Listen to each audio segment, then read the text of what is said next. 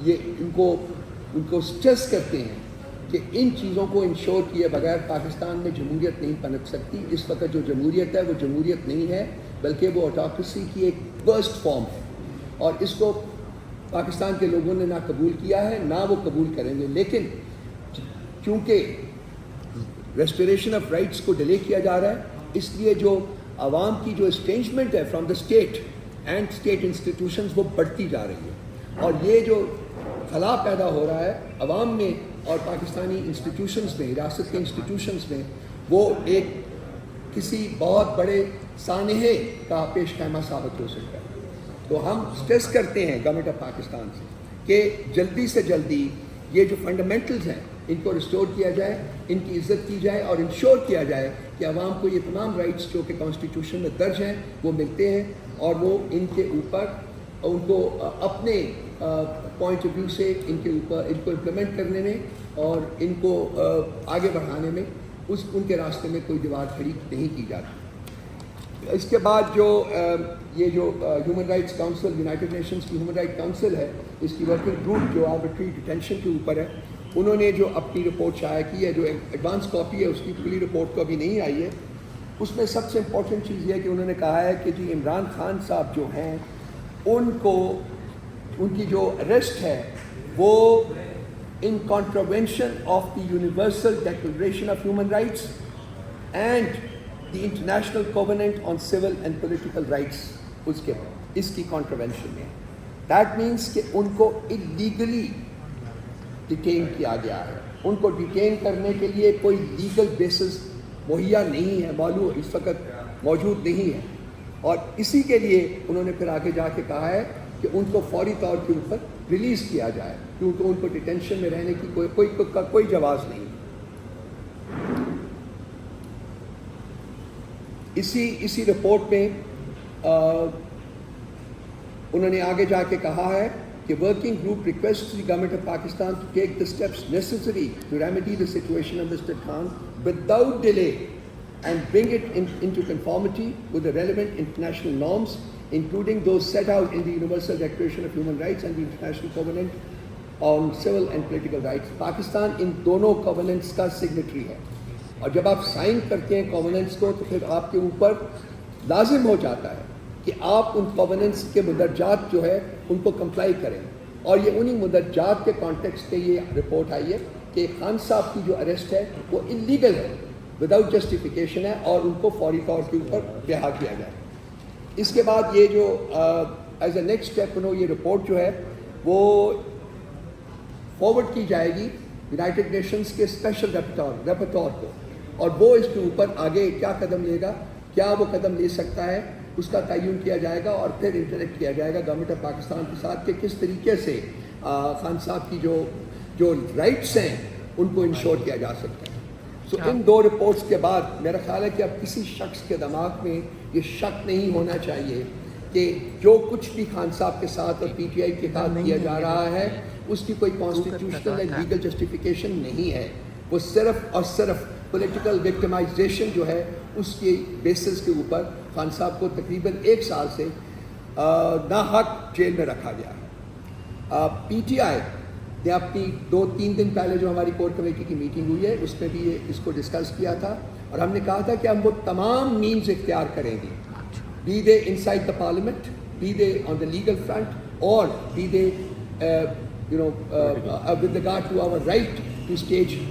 Peaceful political education. ہم وہ تمام رائٹس ایکسرسائز کریں گے اور اس چیز کو انشور کریں گے انشاءاللہ تعالیٰ مستقبل قریب میں کہ خان صاحب اس انلیگل ڈیٹینشن سے آزاد ہو کے باقی اپنے لوگوں کے درمیان ہوں, اپنے پارٹی کے لوگوں کے درمیان ہوں, اور اس ملک کو لیڈ کریں آن وے ٹو ریڈیمپشن. انفارچونیٹلی اس وقت جو ہے ہم ایک ڈھلان کے اوپر ہیں, اور ہر دن جو گزرتا ہے اس میں ہم تباہی کے نزدیک ہوتے جا رہے ہیں. It's an unfortunate thing. ہمیں اس سے خوشی نہیں ہے, ہم چاہتے ہیں کہ اس کا کوئی حل تلاش کیا جائے, لیکن وہ حل جو ہے وہ اڈیالہ جیل میں بیٹھا ہو اور اس کے پاس ہی جانا پڑے گا, اسی کو کہنا پڑے گا کہ وہ واپس آئے, باہر نکلے اور اس ملک کو صحیح راستے کے اوپر لگائے. کوئی اور کسی اور شخص کا اس ملک میں پولیٹیکل سچویشن ہے ہی نہیں ہے کمپریبل ود عمران خان, جو کہ اس ملک کو اس پودمار سے, اس جو اس وقت کرائسس ہے, گریو کرائسس ہے, اس میں سے نکال سکے. الٹیمیٹلی اسٹیبلشمنٹ کو اور تمام پاکستان کے پاور ویلڈرز کو خان صاحب کے پاس ہی جانا پڑے گا, اور جتنی جلدی یہ ہو اتنا ہی بہتر ہے, کیونکہ جتنی جلدی کریں گے اتنا ہی ملک کو کم ڈیمیج ہوگا.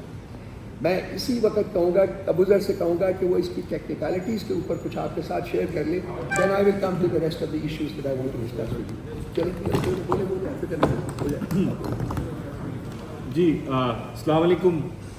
رؤوف صاحب نے آپ کو تھوڑا سا بتا دیا, یہ جو یونائٹڈ نیشنز کا ورکنگ گروپ ہے, یہ یونائٹڈ نیشنز کی ایک سبسیڈری باڈی ہے جو آبزرو کرتا ہے ہیومن رائٹ وائلیشنز کو کسی خاص انسیڈنٹ کو دیکھنے کے لیے. اب اس میں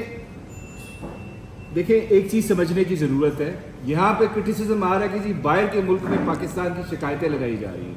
اب یہ جن لوگوں کو اس ملک کے آئین کی اور ریاست پاکستان کی آبلیگیشنز کی سمجھ نہیں ہے, وہی لوگ یہ بات کر رہے ہیں. اب پاکستان ایز اے اسٹیٹ جو ہے, اس کی کچھ فنڈامنٹل آبلیگیشنز ہیں انٹرنیشنل لاء میں.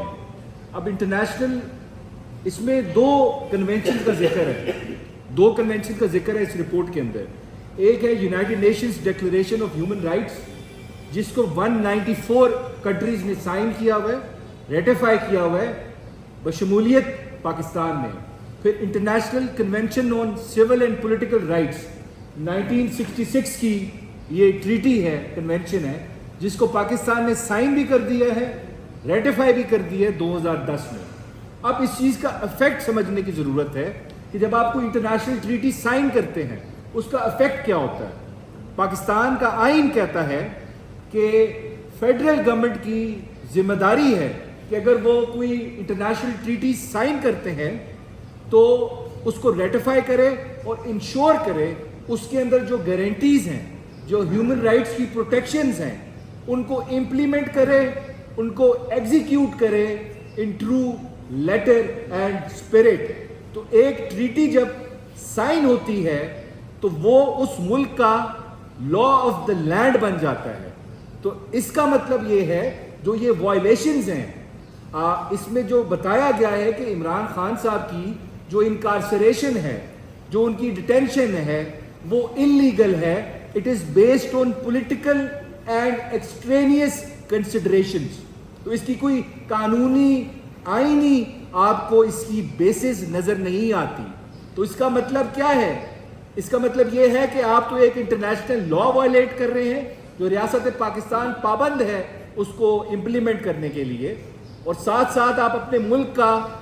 آئین جو ہے اس کو بھی وائلیٹ کر رہے ہیں, کیونکہ آئین پاکستان ہی کہتا ہے آپ نے انٹرنیشنل آبلیگیشنز ایگزیکیوٹ کرنی ہے. اس میں سائفر کیس کا پہلے ہی پوسٹ مارٹم اسلام آباد ہائی کورٹ کر چکی ہے, اس رپورٹ میں بھی وہی بات ہے. پھر توشہ خانہ کیس کا بھی ذکر ہے, اور جتنے بھی کیسز بنائے گئے ہیں عمران خان صاحب پہ, ان سب میں ایک چیز کامن ہے, ان ساروں میں ڈیو پروسیس اور فیئر ٹرائل نہیں دیا گیا, جو آپ کے آئین پاکستان بھی آپ کو گارنٹی کرتا ہے اور آپ کو انٹرنیشنل لا بھی گارنٹی کرتا ہے جو ریاست پاکستان پابند ہے اس کو امپلیمنٹ کرنے کے لیے. اب اس میں دو بڑی امپورٹنٹ باتیں ہیں جن کا رؤوف صاحب نے تھوڑا سا ذکر کیا. لاسٹ پیرا 132 جو ہے اس میں انہوں نے ریفر کیا ہے matter to the special rapporteur on freedom of expression پہلا, اور دوسرا to the special rapporteur on independent of ججز. اب اس کا مطلب کیا ہے؟ اس کا مطلب یہ ہے کہ اس ملک میں ایک تو بولنے کی آزادی نہیں ہے, وہ تو ہم نے دیکھ لیا نہیں ہے. پھر اس ملک کی جو عدلیہ ہے